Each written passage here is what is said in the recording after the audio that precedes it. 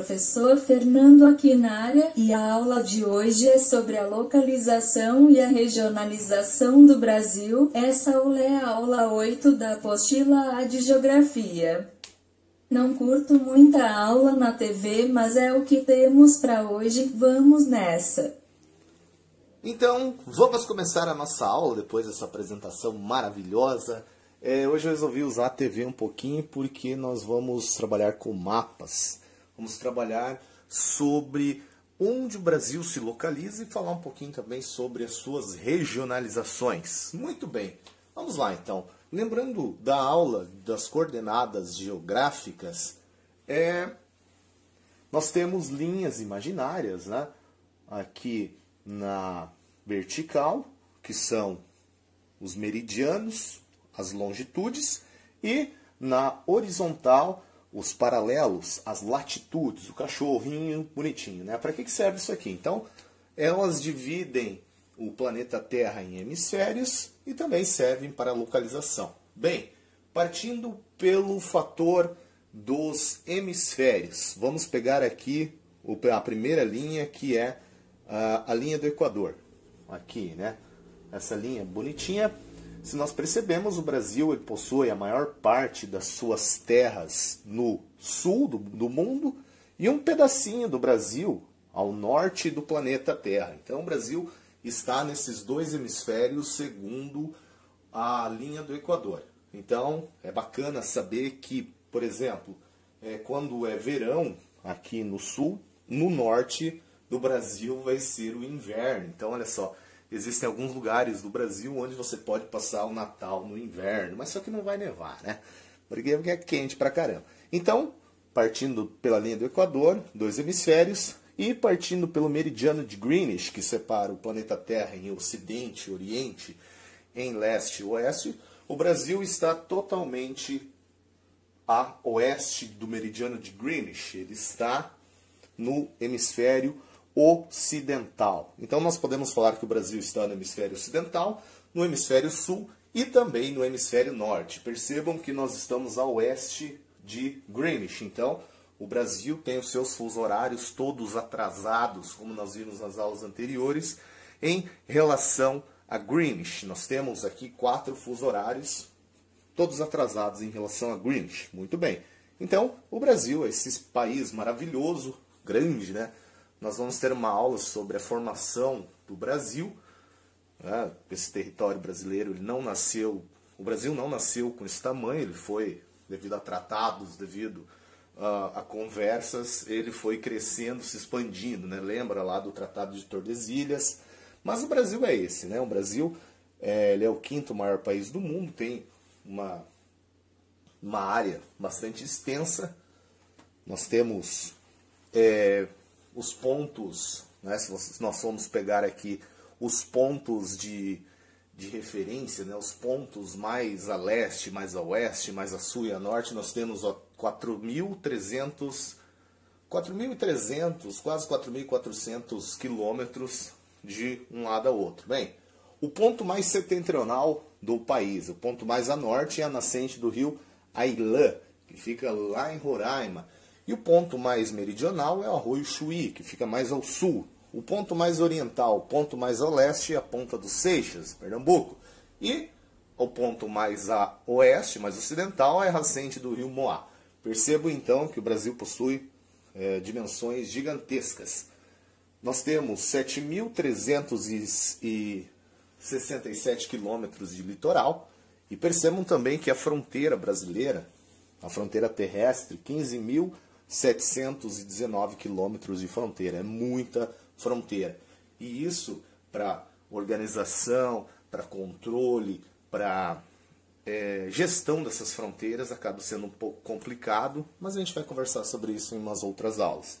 Então, dos tamanhos do Brasil, o Brasil é o 5º maior do mundo em extensão territorial. Primeiro Rússia, segundo Canadá, China, Estados Unidos e Brasil. Então o Brasil ele é grande, ele é gigante.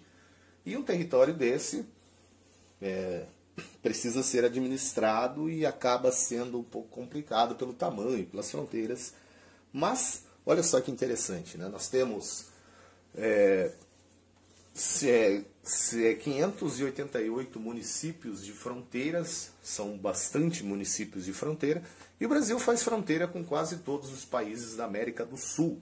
O Brasil só não faz fronteira com o Chile e com o Equador. O resto nós fazemos fronteira com todos os outros países. Percebam só então a grandiosidade do território brasileiro. Bem, e para facilitar o entendimento, para facilitar a organização, o Brasil foi dividido em regiões. O que é isso, né? Regionalizar significa dividir seguindo um critério. Então existem várias formas de regionalizar um país. Aqui nós temos a regionalização mais conhecida, que é a regionalização do IBGE, pelo IBGE, que seguiu alguns critérios que a própria apostila de vocês traz aqui. Ó. Deixa eu até olhar aqui. Nós temos alguns critérios interessantes do IBGE. Ela foi utilizada, né, para planejamento estatal e respeita para o estabelecimento dos limites as fronteiras estaduais. Perceba então que o Brasil, segundo essa regionalização, os estados brasileiros, eles pertencem a apenas uma região. Por exemplo, o estado do Paraná pertence só a uma região, região sul. Nós vamos ver que existem outras formas de regionalizar o Brasil que não seguem esse parâmetro. Então, segundo essa regionalização do IBGE, são 5 as regiões. Região sul, região sudeste, região centro-oeste, região nordeste e região norte. Na apostila de vocês, na página 29, nós temos todas as especificações dessa divisão. Então, nós temos para critério dessa regionalização para identificar os aspectos naturais e não é muito adequada para avaliar os espaços geoeconômicos. Por quê? Porque nós sabemos que os espaços geoeconômicos eles vão além das fronteiras e muitos estados possuem partes deles que são bem diferentes de outras partes. Nós vamos ver aqui que algumas outras regionalizações elas são diferentes. Então essa, do jeito que está aqui, vocês estão vendo, a última modificação foi em 1988 que surgiu o estado do Tocantins. Então as regionalizações elas podem mudar. Belezinha? Então, seguindo um outro tipo de regionalização, nós temos essa daqui, que são as regionalizações geoeconômicas. Essa é uma região geoeconômica criada em 1970 pelo geógrafo Pedro Pinchas. Então, é fundamentada no conceito de regiões naturais e possibilita determinar as áreas deprimidas economicamente. Então, percebam o seguinte, percebam que esse tipo de regionalização ele não respeita os limites dos estados. Por exemplo, olha aqui, ó, entre aqui a região Centro-Sul e Nordeste, Minas Gerais, o norte de Minas pertence ao Nordeste. Por quê? Porque essa parte de Minas Gerais ela se parece muito mais com o Nordeste do que com o próprio Centro-Sul. A parte aqui do Mato Grosso também, né, metade do Mato Grosso, bem mais da metade pertence à Amazônia, e um pedacinho pertence ao Centro-Sul. Por quê? Porque as características naturais, as características geoeconômicas são mais parecidas com o Centro-Sul, nessa parte aqui, e o resto se parece com a Amazônia. Por quê? Porque a floresta amazônica também, ela está localizada em toda essa região. Perceba que o Maranhão também é dividido no meio por culpa disso. Então, esse tipo de regionalização, ele vai delimitar as questões geoeconômicas. Então essa parte do Brasil aqui, o Centro-Sul, ela se parece, esses estados se parecem muito. Então muitos dizem que o Centro-Sul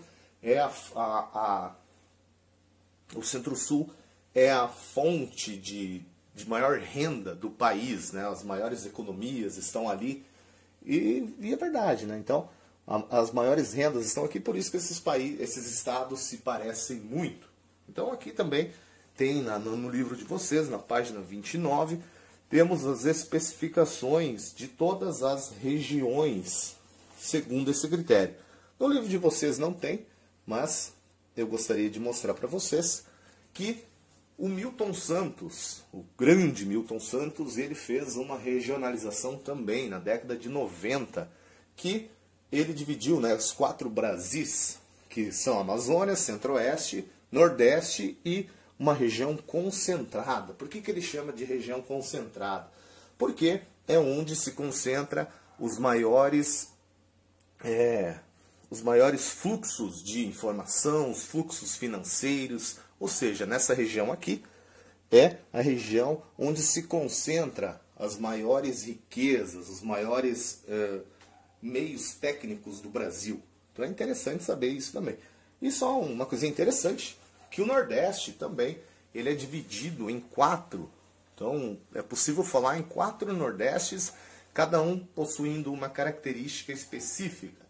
Então, partindo do litoral para o interior, nós temos a Zona da Mata, o Agreste, o Sertão e o Meio Norte. Cada uma dessas regiões do Nordeste também tem uma característica, né? A Zona da Mata é a zona das capitais, a Zona da Mata Atlântica, onde foi plantado a cana-de-açúcar. O Agreste é essa área de transição entre a Zona da Mata e o Sertão. O Sertão é a parte da seca, né? Aquele Nordeste que nós comumente vemos. E a parte mais a oeste é o Meio Norte, aquela faixa de transição entre o sertão e a floresta amazônica. Então o Nordeste também possui essas características diferenciadas. Então percebam que o Brasil, nós podemos, né, falar de Brasil de várias formas. Então uma das formas utilizadas é a regionalização. E é interessante saber, né, que o Brasil ele possui tamanhos gigantescos e que para gerir esse território requer uma certa habilidade, né? Um certo trabalho que vai envolver vários órgãos, que isso nós vamos ver futuramente. Mas aqui mesmo essa aula é só para mostrar para vocês um pouquinho sobre o Brasil, sobre a grandiosidade desse país. Então agora vamos para as atividades, vamos comentar um pouquinho sobre isso. Olá rapaziada, desculpa o corte no vídeo, mas eu estava gravando e cortei minha cabeça do vídeo, então vamos fazer de novo aqui. Mas enfim, né, eu estava falando que na página 33, atividade número 4, vamos ler aqui, vamos entender um pouquinho. O texto abaixo questiona o uso de uma expressão que faz parte das representações gráficas do Brasil, do Chuí ao Iapoque. Desculpe-me a maneira de escrever quando se trata de situar geograficamente nosso país. Todo mundo, em todos os cursos primários, quando quer se referir ao Brasil todo, ou quando qualquer demagogo em véspera de eleição quer bancar o patriota, começa a sua aula, o seu discurso assim, abre aspas, brasileiros, com a mesma franqueza com que me habituei a falar-vos do Iapoque ao Chuí, e o cara recomeça, somos um todo, e por aí vai o negócio, de norte a sul. Eu também, que não posso deixar de ser provinciano porque sou brasileiro e adoro meu país, tenho a mania de inverter os pontos cardeais por puro patriotismo de bairro, de província. Ao contrário, jamais falei ou falarei do Iapoque ao Chuí. Morro dizendo do Chuí ao Iapoque. Como nasci no Rio Grande e é ali que acho que o Brasil começa. Então, nós vimos em algumas aulas que essa convenção de norte ser para cima, ou sul para baixo, é apenas uma convenção, não é uma regra. Então, o norte não fica para cima, para baixo, tudo depende do ponto de referência. O leste é para a direita. Isso daí pode mudar conforme os pontos de orientação. Então, não existe uma regra, tem que ser assim. Então, o que o cara fez, né? Como ele nasce no Rio Grande, ele vai falar do Chuí ao Iapoque, não do Iapoque ao Chuí. Então, tendo visto o questionamento apresentado, assinale a alternativa que melhor explica a atitude do autor em inverter a consagrada expressão do Iapoque ao Chuí. O que ele fez? Ele está inconformado, um conformismo. Eu nasci no sul, então o sul começa ali, né? O Brasil começa no sul. Então é um conformismo quanto à vulgarização da linguagem geográfica. Como eu falei, eu sou do sul, eu quero que o mapa do mundo seja virado, né? O sul seja para cima, não o norte. Então é aquilo que acontece. Então a número 6 também, vamos fazer. A cidade de Brasília, no Distrito Federal, tem como coordenadas geográficas os valores de 15 graus e 46 sul e 47 e 55 oeste. A primeira é uma latitude e a segunda é uma longitude, que coloca em uma posição central dentro do território brasileiro. Tendo esses valores como ponto de partida, somente podemos afirmar que o deslocamento em direção a São Paulo leva a uma diminuição dos valores de latitude. Lembrando que São Paulo está a leste de Brasília. Então, como nós estamos no oeste, no hemisfério ocidental, toda vez que eu me desloco para leste, eu estou me aproximando do meridiano de Greenwich. Então, o meridiano de Greenwich tem o valor 0. Então, quanto mais para leste eu for, dentro, né, do ocidente, eu vou chegar próximo de 0. Então, as longitudes aqui nesse caso diminuem. Belezinha, galera? Espero que tenham gostado da aula. Façam as atividades, né? Tem bastante atividade bacana para fazer, não deixe de estudar. E logo nos veremos na nossa live, no nosso chat, para tirar as dúvidas. Então, estudem, leiam o conteúdo, fiquem em paz, de boa, e até a próxima. Falou!